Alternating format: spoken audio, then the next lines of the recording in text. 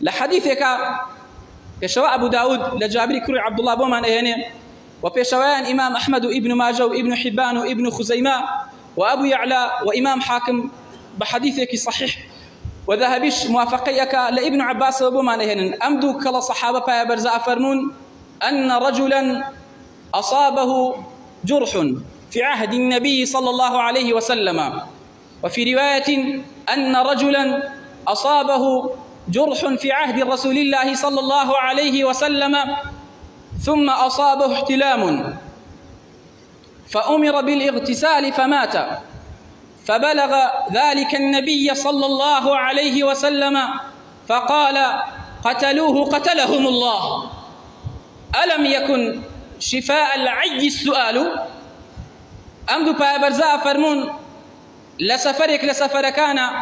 يكك لهاولكان رسول الله صلى الله عليه وسلم سري بريندار أبي لرواياتك ترى فرمي بردك بسري كوت سري بريندار بو لباشان لدوائية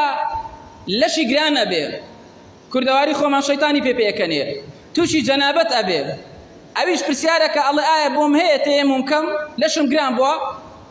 كوم الله يكش لياران بي الله ناولا بوتني أبي خود بشوي أوش الله آخر سرم بريندارا الله بوتني دبي سرد بشوي أو يشتري أشو آب خوي داكا أم آواشيت النيو برينكي ريك أمري وفاتك كاتك أقرين وبولاي رسول الله صلى الله عليه وسلم أم هوالا أقاب في غنبري خاص صلى الله عليه وسلم أم صحابي واي بسراتو هاولان رقايا نداتي منك خوي شوردو راس خوب آوا كمرد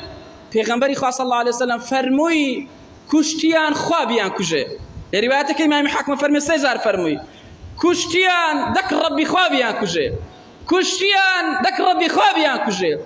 كشتيان دك ربي خوابيان كجي أي هاولا كانم ايوه نازانن شفاء وشارسر وعلاجي نزاني ونفامي وجهل برسيار كردنا بو برسيار تانا أكرد بو نتانا برسي بو ببي علم جواب أدنوا بو ببي علم فتوى أدن أم كابرايتان بوي بولاميكي جاهلانا ونزانانا ونفامانا وبعلمانا كشتان وأمر زورك علمي بين الراس وخولا ما داتوا